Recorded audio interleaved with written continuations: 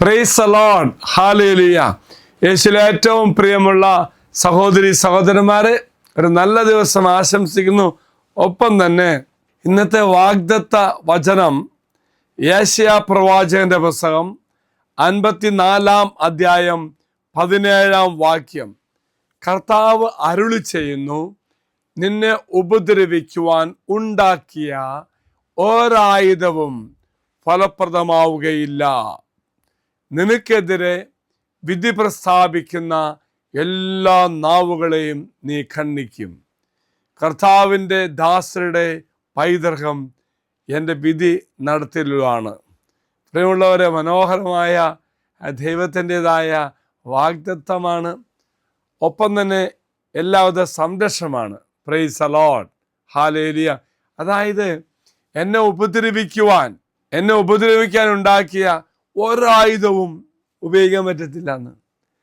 എനിക്കെതിരെ വിധി പ്രസ്താവിക്കാൻ ശ്രമിക്കുന്ന എല്ലാ നാവുകളും, വിധിവാചകം ഉച്ചരിക്കാൻ പോകുന്ന എല്ലാ വ്യക്തികളെയും ഖണ്ഡിക്കുവാൻ, തോൽപ്പിക്കുവാൻ എനിക്ക് സാധിക്കും.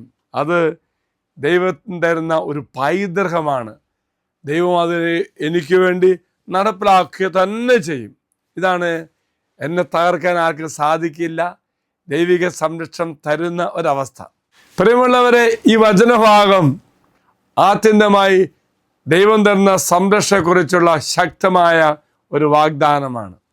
അതായത് ശാരീരികമായോ വാക്കാലോ ഒരു തരത്തിലും എന്നെ തകർക്കാൻ സാധിക്കില്ല. എല്ലാ തരത്തിലും ദൈവം എന്നെ വിജയിപ്പിക്കും.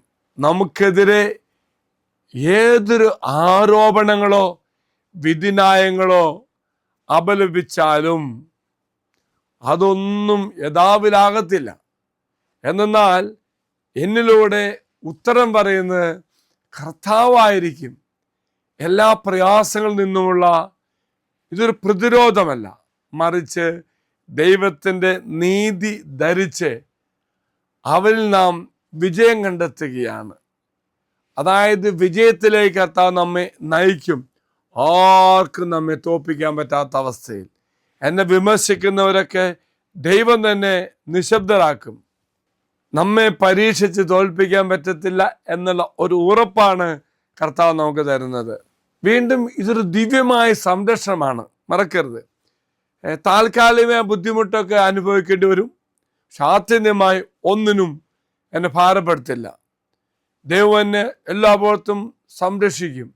ഓർക്ക പ്രിയമുള്ളവരെ, കർത്താവിനെ സേവിക്കുന്നവരുടെയും അവൻ്റെ ഉടമ്പടിയിലും അവൻ നൽകുന്ന നീതിയിൽ വേരൂന്നിയ ഒരു ജന്മാവകാശമാണ്.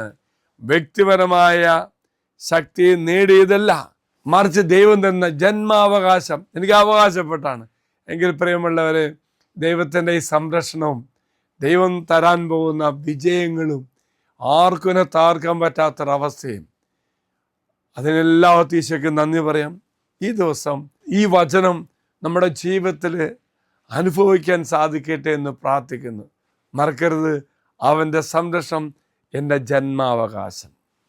ഇതാ വാഗ്ദത്ത പേടകം, ഇതിലേക്കെല്ലാം സമർപ്പിച്ചോളൂ.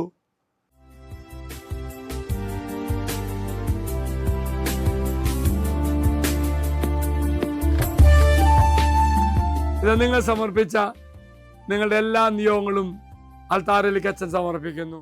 നിങ്ങൾ സമർപ്പിച്ച നിയോഗങ്ങൾ അച്ഛൻ അൾത്താരയ്ക്ക് സമർപ്പിക്കുന്നു.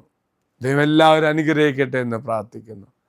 നമ്മുടെ കർത്താവായ ശമിശാകൃപയും പിതാവായ ദൈവത്തിൻ്റെ സ്നേഹവും പരിശുദ്ധാത്മാവിൻ്റെ സഹവാസവും കൂടെ ഉണ്ടായിരിക്കട്ടെ, ഇപ്പോഴും എപ്പോഴും എന്നേക്കും. ആമേൻ.